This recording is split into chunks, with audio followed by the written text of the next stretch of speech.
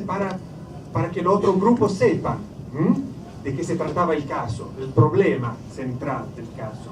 Y después el relator del grupo nos dirá, nos hará un resumen del debate, ¿ok?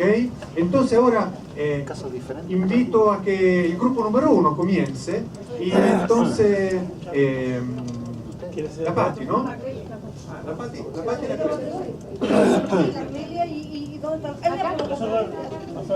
Ah, ok, perfecto. Bien, ¿se escucha? Sí, sí. El caso 1 es una trabajadora agrícola, ¿ya? Que trabaja bastante lejos de su lugar de trabajo. Ella tiene 2 hijos, a los cuales tiene que dejar en su casa solo cuando está trabajando. Tiene grandes preocupaciones porque tiene que estar en el trabajo y en la casa al mismo tiempo, lo cual la tensiona, la tiene preocupada y ni siquiera puede pedir permiso para poder hacerse cargo de las urgencias familiares. No puede dejar el trabajo porque eso le implica no tener ingresos para su familia, y tampoco la entienden en el trabajo que esté preocupada a lo de la casa, ¿ya? Tiene que llegar además a cocinar, a ayudar a los hijos, etcétera. Tiene una doble o triple carga. Perfecto. ¿Dónde está el...? Allá. Entonces un caso de doble o triple carga de trabajo. Bueno, ¿cómo es la dinámica? ¿Pregunta, respuesta? No, relata un poco lo que fue. La discusión. Ya, miren, en general, el caso de la señora lo llevamos a nuestra vida diaria y a nuestra realidad como trabajadores, y bueno, es bien difícil armonizar lo que es familia y trabajo.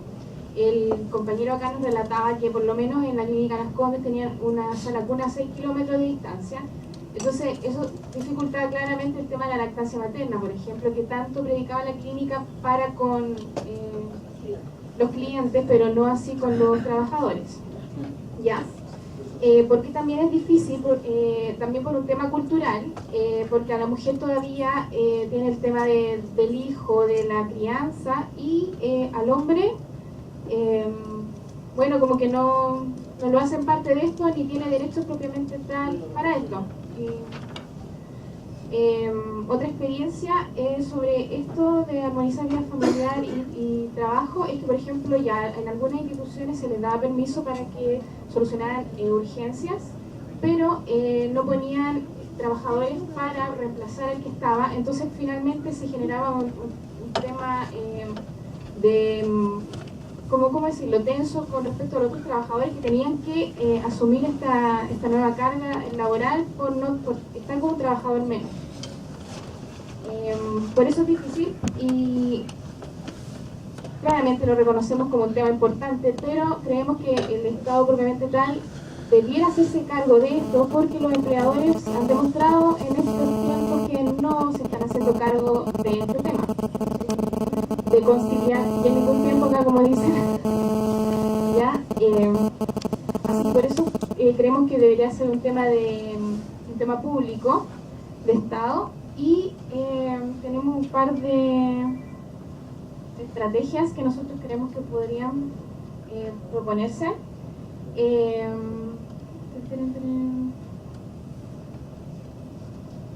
Que por ejemplo, temas de políticas públicas, ya se debería solucionar de esa manera, una estrategia para conciliar familia y trabajo, solidaridad también entre nosotros, organizarse con las comunidades también, pero que eso no tuviera ningún tipo de costo monetario para nosotros, que sería también difícil.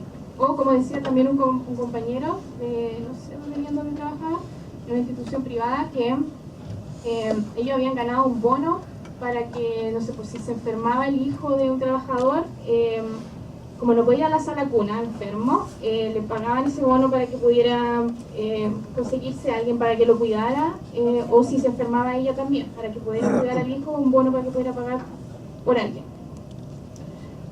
Otra estrategia, bueno, el cambio cultural que tiene que existir, porque de repente las familias han cambiado también en el país, ya no son familias nucleares biparentales, hay madres solteras, padres solteros, familias homosexuales, etc. Y no existe respaldo de esto en el tema legal, y por eso mismo no existen los permisos para, por ejemplo, no sé, si se muere su pareja, ya soy homosexual, se muere mi pareja, ya ahí no hay respaldo de eso. El tema del postnatal para hombres también, Y bueno, más participación de todos, porque también mencionaban los compañeros de sindicatos que mucha gente que no participa, pero sí participa al momento de los beneficios, del bono. Entonces la idea es que estemos más interesados, que vayamos a la discusión, que nos hagamos parte de esto finalmente, y eso. Y la conclusión del tema, chiquito, es que seguimos siendo más esclavos que antes del sistema. El hecho de trabajar, la historia de esta mujer, de su sobreesfuerzo, de que tiene que entrar a trabajar a las 7 de la mañana, pero se levanta a las 5 y después llega a trabajar para dejar preparada la comida el otro día, no ha hecho más esclavos del sistema. Y los que trabajamos con contrato y con horario fijo también somos más esclavos. Y cada vez la sociedad nos está mostrando eso. Y están premiando, no sé, pues, al cuarto hijo, están premiando al esfuerzo personal y nos hacen cada vez más esclavos. Bien, muchas gracias al grupo número 1. Vamos al número 2, ¿no es cierto? Que allá, con Javier. Dinos un poco. ¿Se escucha? Bueno, el caso número 2 ya por nombre Amor de Papá y trata de la historia de un hombre que cuida a su hijo porque su esposa falleció y sin embargo él tiene que trabajar demasiado, trabaja mucho en un call center y tiene que hacer turnos muy pesados, además le restringen el horario y su hijo comienza a tener su hijo se comienza a enfermar, empieza a tener problemas, además él comienza a pololear, no sabe cómo va a ser la relación que va a tener su hijo con su nueva polola y también se da cuenta que su hijo recibe maltrato por parte de esa mujer, entonces él no tiene ese tiempo para conciliar su rol de padre con su hijo y eso acarrea muchas consecuencias negativas en su relación familiar. Y bueno, en torno a eso les va a contar más acá la compañera sobre las conclusiones y lo que se discutió en el grupo. Y eso.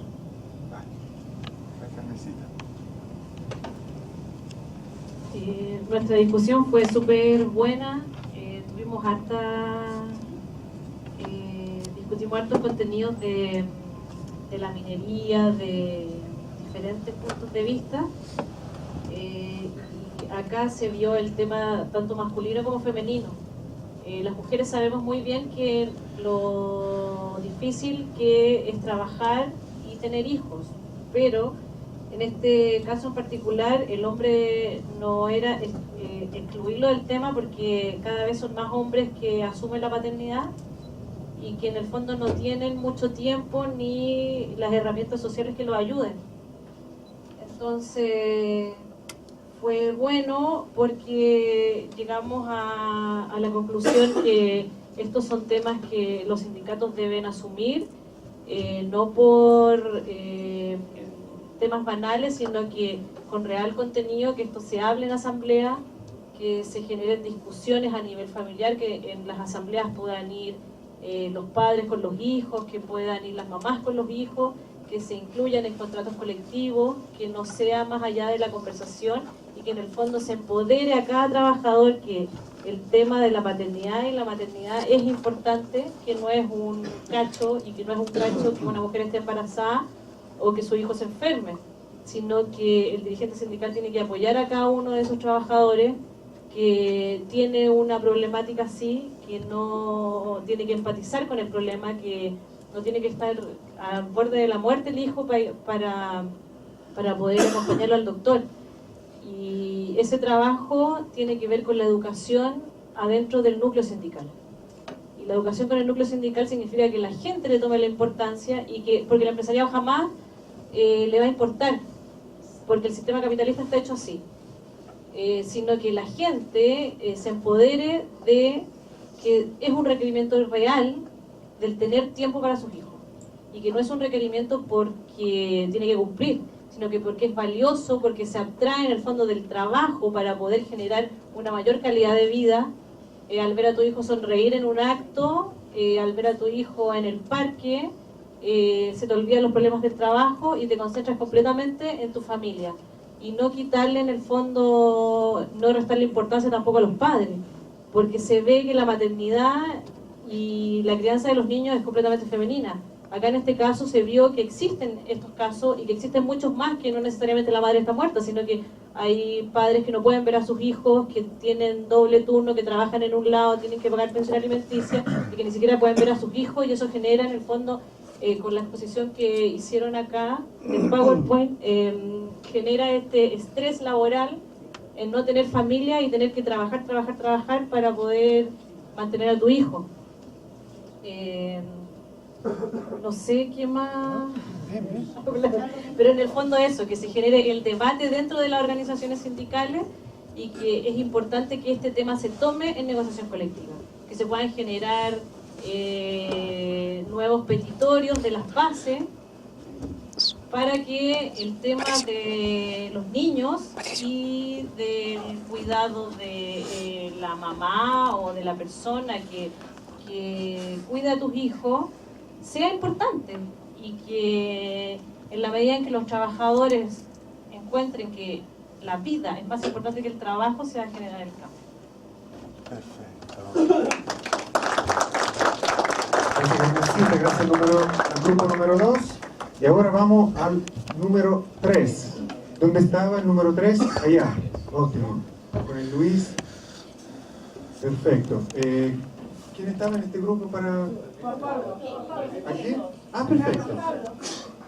Juan Pablo, ya. Entonces, Juan Pablo, dime un poco de qué se trataba el... Muy brevemente, el caso es de un hombre de 35 años, Pedro, que es un técnico calificado, que está en un trabajo de hace 3 años y que conversa con un amigo y le cuenta cómo, a pesar de todo su esfuerzo, de su compromiso, de su camiseteo, la organización no le responde, no lo recompensa suficientemente, se da cuenta que gana menos y que no hay posibilidades de promoción, no hay reconocimiento a su trabajo y que está pensando irse. En síntesis, eso es.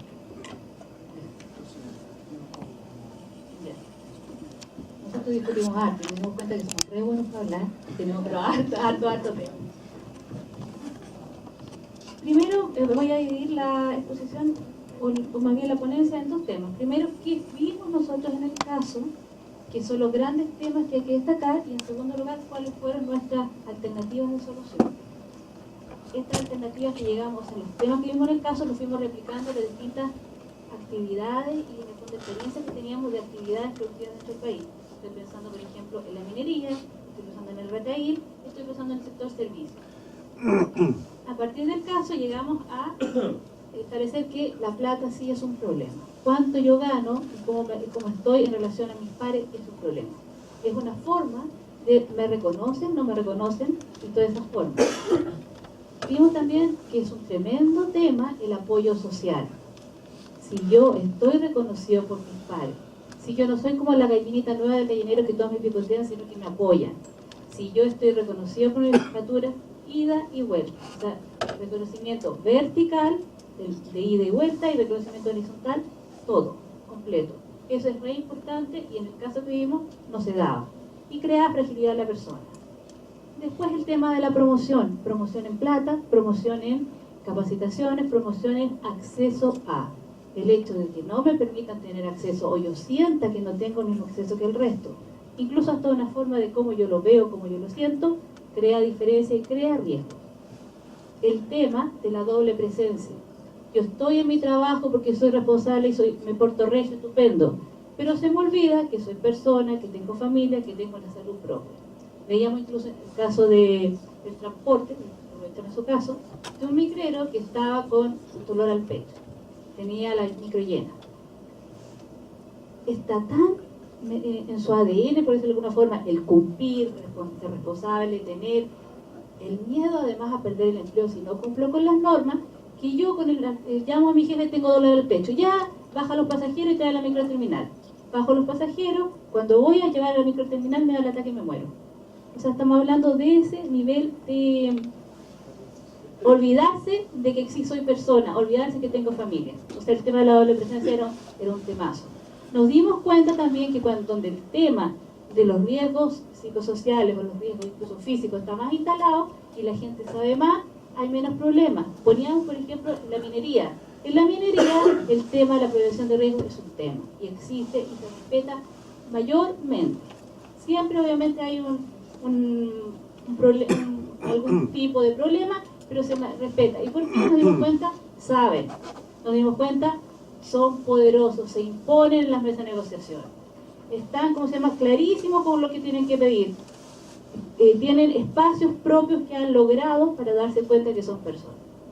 En la medida que se la creen y saben, les ha ido bien. En la medida que el tema lleva harto instalado, va siendo de conocimiento. Entonces nos dimos cuenta que frente a eso, lo primero es creérsela. Creo que existen los riesgos sociales, los conozco. Y una vez que los conozco, me creo que yo sí puedo hacer el cambio. Me creo que si mi dirigente sindical existe, yo tengo que contarle. Y en la medida que mi dirigente sindical sepa, puedo actuar. El tema también es el saber, pero no es un saber individual. Yo sé y me quedo con el conocimiento es poder, entonces yo lo voy a usar en favor. No. El conocimiento tiene que ser un conocimiento colectivo y las acciones colectivas. En la medida que yo actúo individualmente, pierdo. Obtengo el beneficio ahora, pero en el futuro se me perdió. Y el otro gran tema es crear redes. Yo no saco nada, estar solito. Eso es un tema que archiprobable. Si yo estoy solo, me va a resultar ahora. Pero si yo creo redes, no solamente en este trabajo, sino que voy a ir replicando el tema y el tema sí se va a poner en la conciencia. Y además un tema que saltó, el tema de la lealtad vista como el amor. Nos planteamos, hay muchos empresarios cristianos. ¿Y qué está pasando con ese empresario cristiano? ¿Está aplicándolo realmente? ¿Y qué pasa con mis compañeros que se dicen ser humanistas o ser cristianos, etcétera, etcétera? ¿Qué está pasando con las redes de apoyo horizontal? Y planteamos que en la medida que esto se fortalezca, son excelentes medidas. O sea, saber, empoderársela y ser leales horizontal y verticalmente. Gracias.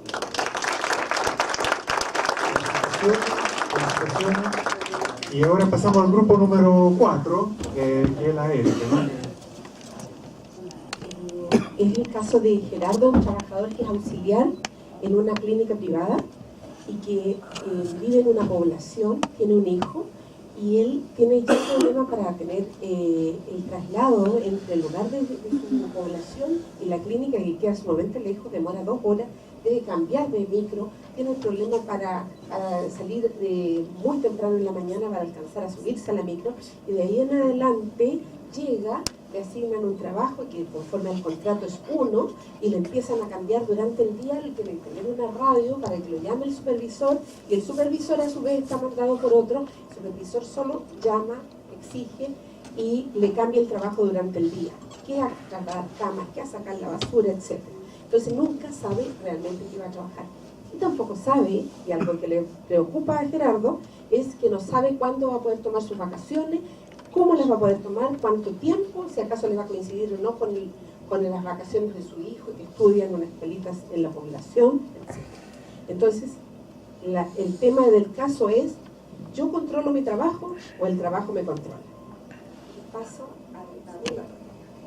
Bueno, la discusión fue bastante interesante porque habían actores de distintos sectores, tanto del sector público como del sector privado.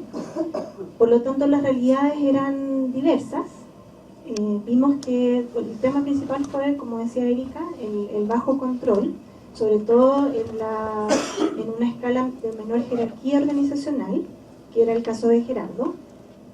Además, un aspecto que no se dijo del caso es que era una persona que venía del sur, por lo tanto su estilo de vida era una vida como más tranquila, más relajado, y llega acá como allegado además, entonces tiene una serie de condiciones laborales que afectan toda su salud, aparte del bajo control. También el tiempo de traslado desde su trabajo a su casa era de 2 horas, por lo tanto el tiempo en que la persona está en su trabajo no es solamente desde que llega, sino que desde que sale de su casa. Por lo tanto hay muchos problemas o mucho estrés, dificultades que tienen las personas mucho antes de llegar a su trabajo, en el traslado.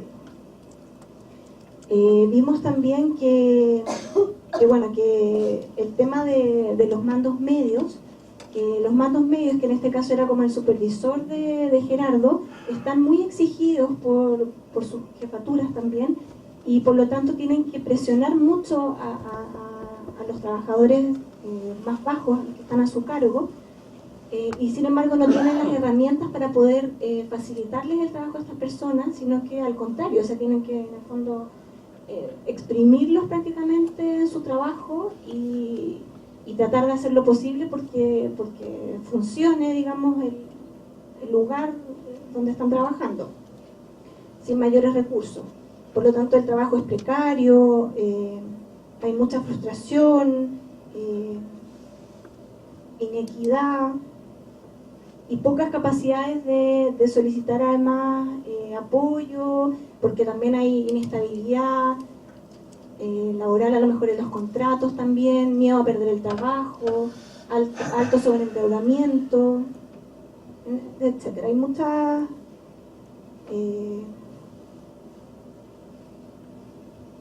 condiciones en el fondo que van como agravando la situación del trabajador, y este tema del bajo control, que fue el tema central de la discusión. Bueno, y finalmente teníamos la misión de ver qué es lo que hacen los sindicatos con estos problemas. Surgieron como bastantes ideas de personas que en nuestro grupo habían representantes sindicales. Por lo tanto, en temas de traslados, hubo una experiencia muy buena que nos contaron, que ellos tienen buses para trasladar a las personas. Por lo tanto, el trabajador, una vez que ya se sube al bus, no tiene que estar preocupado a lo mejor de cambiarse de medio de transporte o qué sé yo, sino que puede tranquilamente saber que ese bus va a llegar a su lugar de trabajo, o al revés, ahí lo va a llevar a su hogar. Eso es como una idea interesante. Lo otro que están haciendo es preparar bien a los dirigentes en las temáticas relacionadas para que ellos puedan en las negociaciones defender sus posiciones y defender a los trabajadores con conocimientos. Y además han estado haciendo como encuentros o charlas o qué sé yo, reuniones, donde han ido instalando estos temas de salud, de intensificación del trabajo, para poder ir sensibilizando a todos los sectores con estos temas. Por ejemplo, habló una persona del área de salud, que una frase como que dijo muy interesante es que para poder dar salud tengo que estar sano. O sea, eso es como lo que ellos hablan.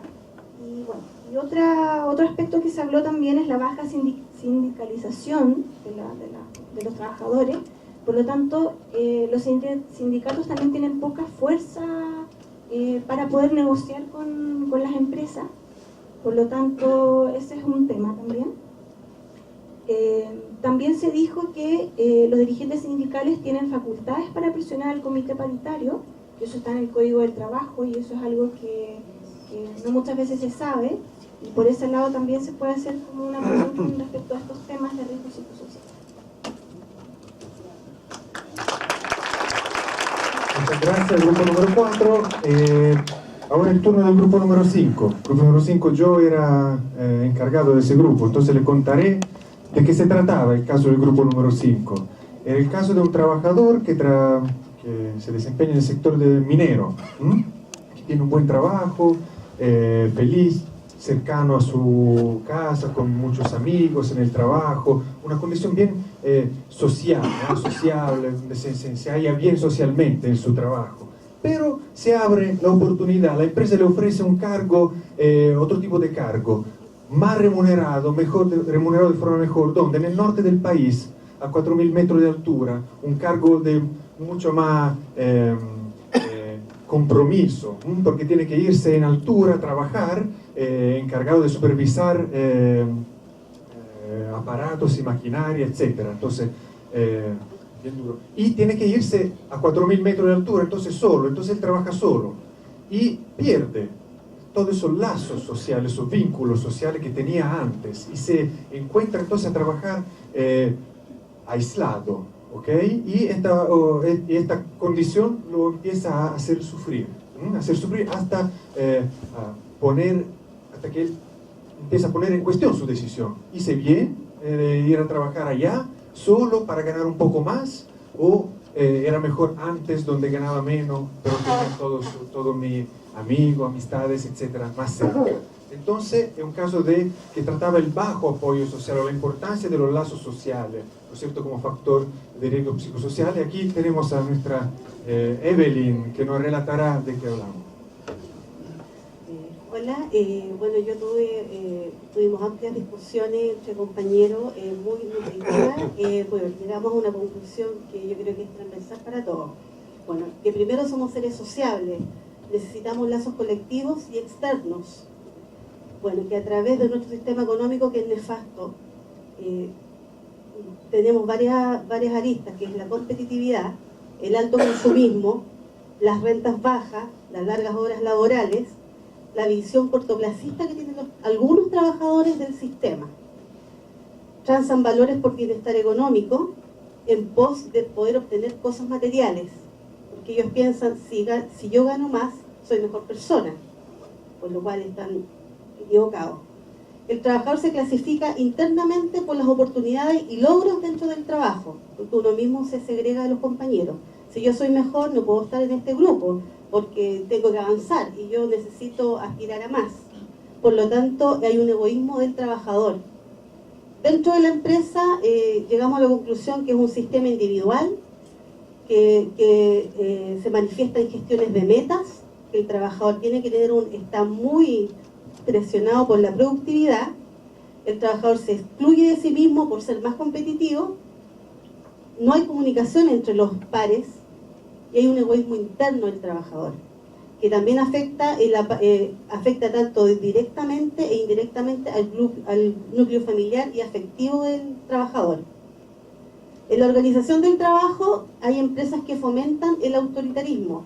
Por lo tanto, el trabajador no es capaz de decir lo que él piensa o lo que siente en el momento que le dan una oportunidad, porque además él se clasifica por la oportunidad y los logros que tiene dentro de la empresa, no como persona, sino como un trabajador. ¿Qué es lo que puedo yo lograr y qué soy capaz de hacer? Y por eso a mí me van a pagar más. Bueno, y nuestra conclusión fue que nosotros como sindicato tenemos que generar espacios de discusión, difundir y socializar con redes, promover ideas, apoyar iniciativas en los trabajadores con soluciones reales, educar e informar. También impulsar la salud integral, física como psíquica, y como un tema transversal de la sociedad, tanto la empresa, familia y trabajo. Y nosotros, bueno, yo les expliqué, les conté en realidad que nosotros tuvimos en la clínica un gran logro que, bueno, a base estadística, de hilando fino, de las compañeras con licencia por estrés laboral, por condiciones de trabajo, logramos tener la pausa saludable. Y yo les explicaba que era la desconexión de los trabajadores en unidades muy críticas, que son pabellones, UCI, etcétera, de sacar los 5 minutos del trabajo, y se contrató, bueno, en conjunto con la clínica, por supuesto, una empresa en la cual a ti te desconecta 5 minutos de tu trabajo y te hace masajes, te pone una música apacible, en la que tú tengas una relajación para después volver a tu lugar de trabajo. No fue fácil, nos costó bastante, fueron muchos desacuerdos, no entendían lo que nosotros queríamos lograr, pero yo creo que con voluntad y nosotros con harto esfuerzo y estar siempre insistentes de lo que son los problemas laborales, logramos esta pausa saludable. Así que en lo posible, ojalá los sindicatos puedan lograr este tema de la desconexión, porque es importante. 5 minutos que el trabajador se desconecte del trabajo, les aseguro que les va a hacer bien. Bueno, gracias Evelyn, gracias al grupo número 5. Ahora busco el grupo número 6. ¿Dónde estaba el grupo número? Ah, perfecto. Brigitte. Hola, el caso se trataba de un ingeniero metalurgista que se llama Antonio y que estaba a cargo de una gran área de trabajo y que comete una mala decisión y que es juzgada como una muy mal, digamos, de parte de la dirigencia de la empresa, y lo destituye y lo asigna a una jefatura también, pero en un área de mucho menor prestigio y estatus. Esta persona se inseguriza y comienza a hacer una cantidad de exigencias bastante grandes, digamos, a este nuevo grupo de trabajo, que se comporta con él bastante amablemente al comienzo, porque entiende lo que le está sucediendo, pero se empieza a ir al chancho, digamos. entonces empieza a generar una cantidad de cursos de capacitación en los tiempos de descanso de las personas. Y son este grupo dirigente del área de trabajo que pide ayuda para ver qué diablos hace con este jefe, porque no quiere quitarle el piso a la negociación con los trabajadores, pero tampoco quiere que les siga sobreexigiendo. ¿Quién va a relatar el caso? Bueno, acá Antonio, él cree que él cometió el error, pero todos sus trabajadores saben de que a él lo culparon por romper los huevos y él ni siquiera tuvo culpa en eso. Es lo que pasa siempre con los empresarios, que el problema que tienen ellos lo trasladan al trabajador y uno individualiza ese problema y casi culpa al trabajador de lo que está pasando en la empresa. Entonces, él, obviamente, hubo un menoscabo para él. Les recordamos que estamos en una sociedad aún machista, a pesar del cambio que ha habido de sociedad acá. ¿Y en qué sentido? En que el hombre es el proveedor, por lo tanto que lo hayan cambiado a otro cambio, que le hayan tenido otro liderazgo, le afecta tanto a su familia como en el trabajo. Y durante 20 años él fue un líder para sus compañeros de trabajo. Y la empresa no quiere un líder, quiere jefes que pongan el pie encima, que estrujen a los trabajadores a cualquier costa, que se queden más de la hora que corresponden. Entonces esta persona no era bien vista por su empresario. Entonces tuvo un cambio brusco, porque su estado de ánimo afectó en el sentido de que yo fallé. ¿Y en qué fallé? En que fui demasiado amigo de los trabajadores, por lo tanto ahora los tengo que explotar. Y hubo un cambio grueso que los otros lo trataron de entender, me dio el sindicato ahí para que lo entendieran en su estado de ánimo, que él había sido un buen jefe, que recordaran eso. Entonces, él lo sintió y todos lo debemos saber de que el cambio de puesto es un castigo, y lo vemos así, que a veces más elegante. No cambió de jefatura por estructuración de la empresa, nuevos gerentes, pero toda la empresa sabía de que había sido un castigo que él no lo merecía. ¿Qué podemos hacer nosotros en esto cuando hay estas injusticias? Bueno, entender al jefe o al compañero, y lo otro, necesitamos urgentemente un cambio de conciencia, porque cuando vemos que una colega está fallando, no, ella tiene problemas, es psiquiátrica, es aquí, allá, pero no vemos que está fallando por la presión que hay en el trabajo. Sí, ahí va la raíz de todo el problema, y eso es una de las cosas que nosotros tenemos que cambiar, la conciencia, cambiar una conciencia de trabajo, de ser solidario y educar al trabajador también. No podemos defender algo que no conocemos. Por ejemplo, nuestro código del trabajo es bien deficiente, que nos defiende poco, pero que algo hace. ¿Y qué hacemos por los trabajadores, los dirigentes sindicales? Muy poco. En el artículo 184, que es defensa del trabajador, la salud laboral, la salud ocupacional, no la sabemos bien, por lo tanto no la defendemos. Ahí yo estuve en una escuela sindical, la que ahí también hemos compartido con Patricio, y que muchos dirigentes, no, esto no está aquí, y está. O sea, tenemos una ley que es del año pasado que defiende los trastornos musculoesqueléticos, y que el Ceremi lo lanzó y muy pocos lo conocen. Entonces, si no conocemos algo, ¿cómo nos vamos a defender? Y ahí es importante también, es parte de nuestra educación. ¿Y en qué parte de la educación? En que vuelva a las aulas la educación cívica. Defender desde niñito los chicos, saber la Constitución, saber las leyes, para que las podamos defender. Hablamos del individualismo de nuestra sociedad, y sin embargo, hoy que tenemos una democracia más o menos empresarial, pero que la tenemos, y tenemos menos dirigentes sindicales, menos sindicatos fuertes. Entonces, ¿cómo queremos dejar de ser individualistas por lo colectivo? ¿Qué es lo mejor colectivo que un sindicato? En que defendemos a moros y a cristianos en un solo norte, que es la salud, remuneración y todo del trabajador. Y ahí está donde nosotros, el cambio de conciencia, la educación, ahí va todo. Que los trabajadores defendamos lo que tenemos, poco pero lo tenemos, y ahí tenemos que ser nosotros. Nosotros ahora, después de nuestra huelga que nosotros tuvimos el año pasado, nuestros propios socios bien saben que me siento menoscabada en esto, y ahí está la letra, el artículo, nos vienen con todo. Y eso tenemos que ser nosotros, educar a la gente. La educación, eso pasa por nuestro estado de conciencia. Para allá vamos. Gracias, muchas gracias, Sandra. Y ahora falta el último grupo, el grupo número 7, que es perfecto. Ahora nos contará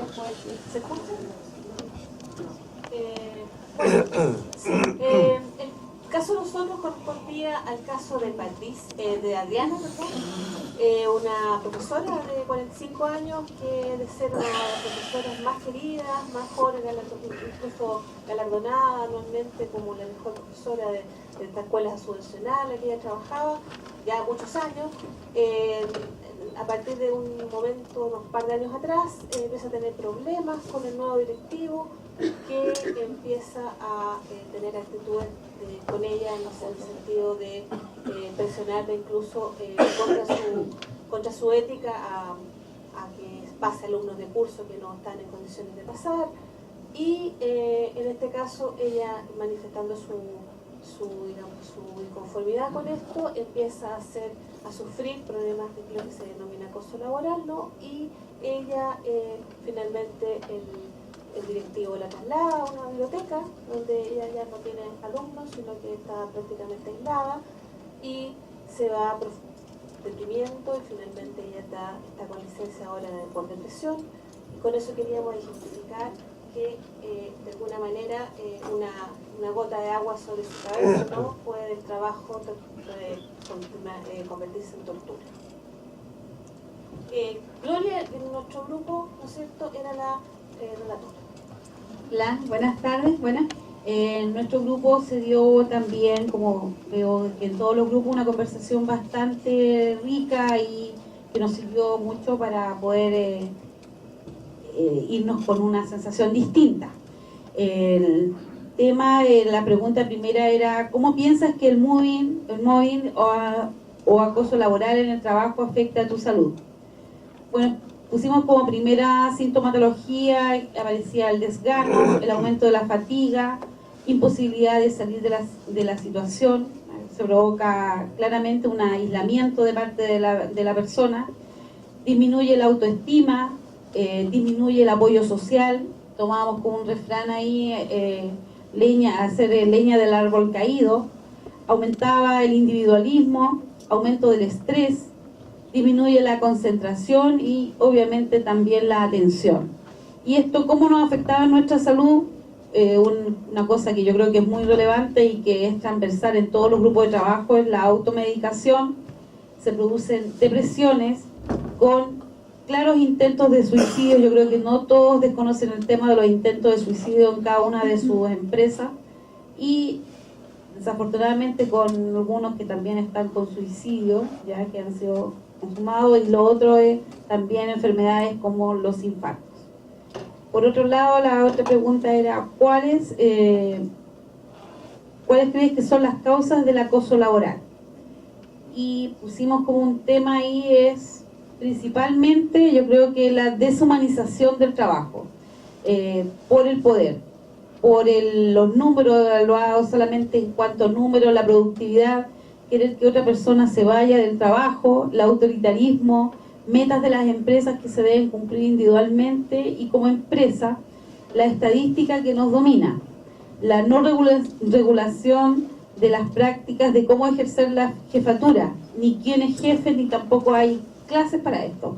Es una política laboral instalada, se trabaja en lo que se puede y no en lo que se puede, en lo que se quiere. Otra pregunta era: ¿qué ocurre en tu sector con estos temas? ¿Es más o menos frecuente que en otro?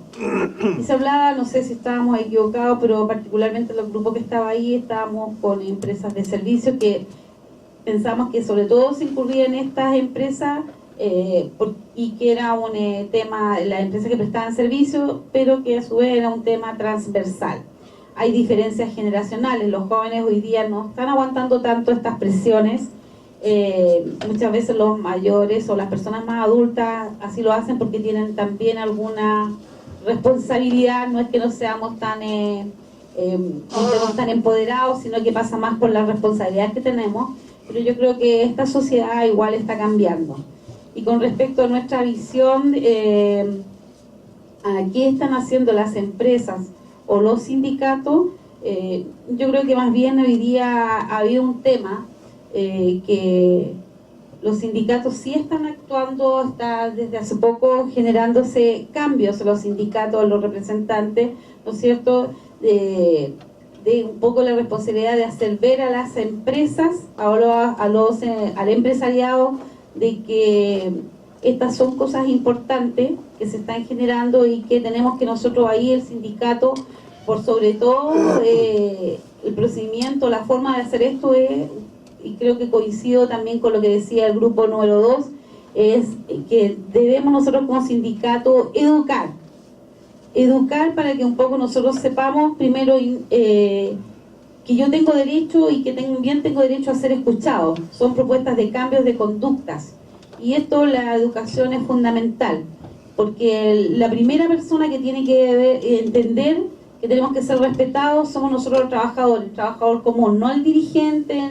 ni el empresario. El primero que tiene que saber somos nosotros. Yo creo que por ahí en eso una de las cosas fundamentales es el conocimiento, y creo que coincidimos casi todos en eso, en la educación. Por eso es lo que tenía que ver. Muchas gracias grupo número 7. Y mira, para cerrar un poco esta plenaria, ¿no es cierto?, este relato del grupo, me gustaría, bueno, me quedo profundamente estimulado por todo lo recuento, los relatos de los grupos, ¿no es cierto? Y me gustaría cerrar este momento recordando un poco que esto responde a un poco el ADN que es de esta red, ¿no es cierto?, de esta red de empleo, trabajo, salud y equidad. Y esta actividad responde a esta...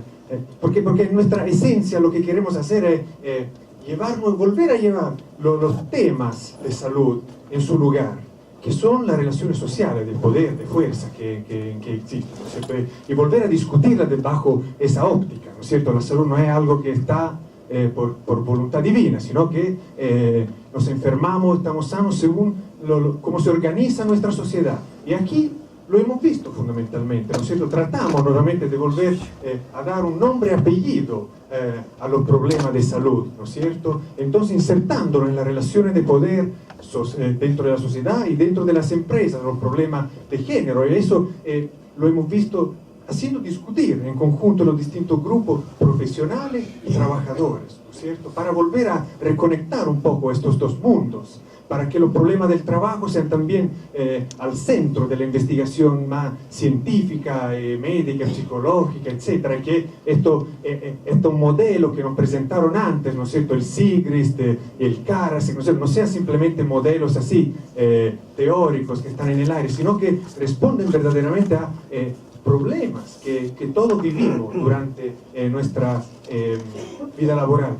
Y eso también se cruza con otra inspiración fuerte de nuestra red, que es la de rescatar la capacidad nuevamente de los trabajadores de volver a proponer, volver a retomar la iniciativa sobre esos temas de salud, ¿no es cierto? Que no son cosas que tienen que delegarse simplemente a las políticas o los políticos o a los expertos, sino que ellos también nosotros como trabajadores tenemos que participar en primera instancia, en primera persona, ¿no?, para investigar y para proponer otro tipo de solución. Y ahí, en esa línea, iban todos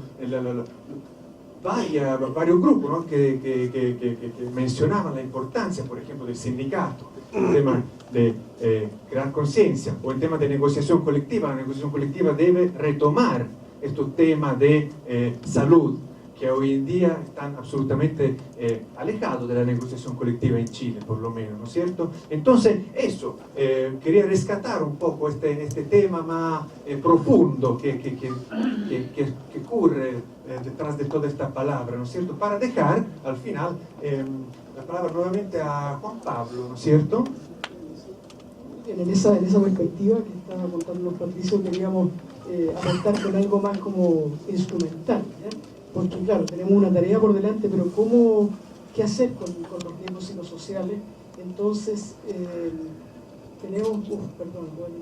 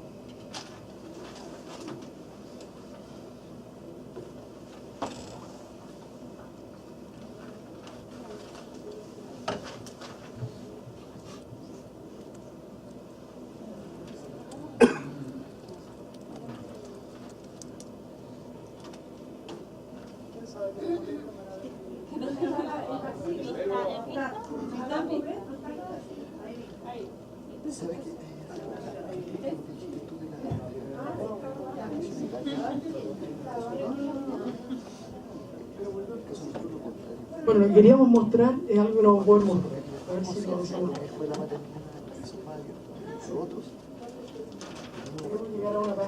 Estamos haciendo un recuento, sí, para que ustedes se recuerden. para que los contenidos queden más claros. Acá queremos mencionar 3 oportunidades relevantes para tratar esto. O sea, ¿qué hacemos con todo esto? Se pueden hacer muchas cosas. Ya quedó planteado acá que lo que hay que hacer es colectivamente. Y hay 3 oportunidades interesantes que nosotros pensamos que hay que poner en común, para que ustedes las conocen. Pero uno, por una parte, la Suceso, el año 2009, validó un instrumento que es el Suceso 2021, que es un cuestionario que mide riesgo psicosocial y que está a disposición. Es cosa de visitar la página del Suceso y que se cumplir una serie de trámites ahí comprensibles si se quiere saber qué es lo que se está haciendo con el instrumento, que son los que solicitan los procesos, pero es una oportunidad para poner el tema del riesgo psicosocial en la organización. Un sindicato puede perfectamente bien mover el tema y decir, mire, a la empresa tenemos un instrumento con el cual podemos medir el riesgo psicosocial.